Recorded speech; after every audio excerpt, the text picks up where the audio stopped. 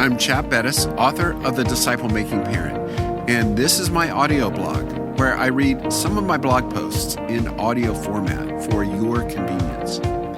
Well, in today's episode, I want us to ask the question, can we feel the incarnation? Can you feel or grasp the incarnation?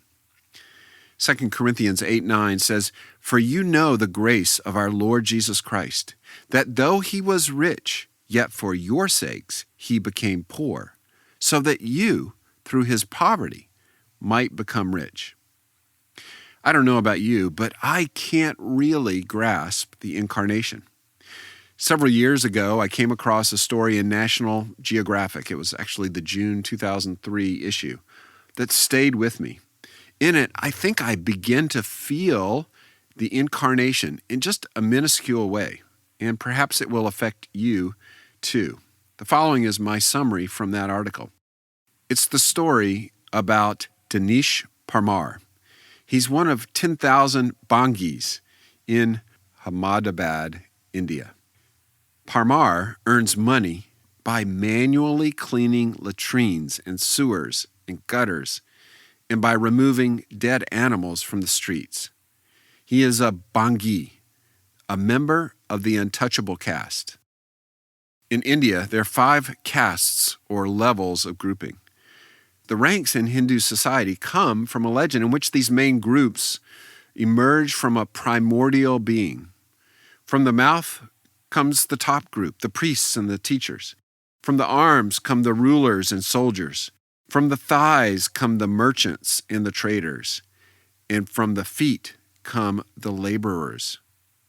Each caste, in turn, contains hundreds of hereditary castes and subcastes with their own pecking order. But there's a 5th group that describes the people who are Ashtu. The primordial being doesn't even claim them. This lowest caste is called the untouchables. They do all the dirty work that no one else wants to do. They deal with dead bodies and much of the manual labor. See, within each caste, there are subcastes, and within the untouchable caste, the lowest subcaste is called a bangi. Let me describe a day's work for Parmar. He removes the manhole cover. Cockroaches scurried from the darkness as the stench below fills the street. Parmar hesitates for only a second, and then he dropped into the hole with no gloves, no gas mask. His body hidden inside, he methodically lifted bucket after bucket of excrement over his head. Off to the next job. He led the way to a nearby lane. He climbed into several more manholes to scoop out clots of filth and sludge.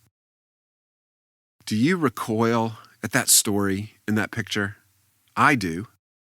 Do you love this man enough to leave your country, your wealth, your rights as a U.S. citizen, your future opportunities to enter his world, to become a bangi, to earn money in his way, to so humble yourself and humiliate yourself, to save a few?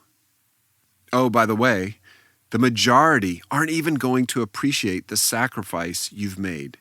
They're going to reject you, might even kill you. Would you go? I can't.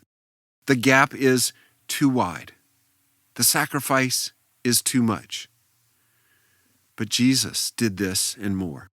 Jesus loved us so much that he humbled himself, came and entered our world of filth and stench. He became the lowest of the low to save you and me and people like Parmar. That is the grace of Jesus. And that helps me think about the sacrifice of the incarnation. And I'm speechless and I'm humbled. Thank you for listening to the Disciple Making Parent audio blog. You can visit our website to find more resources for the family at thedisciplemakingparent.com.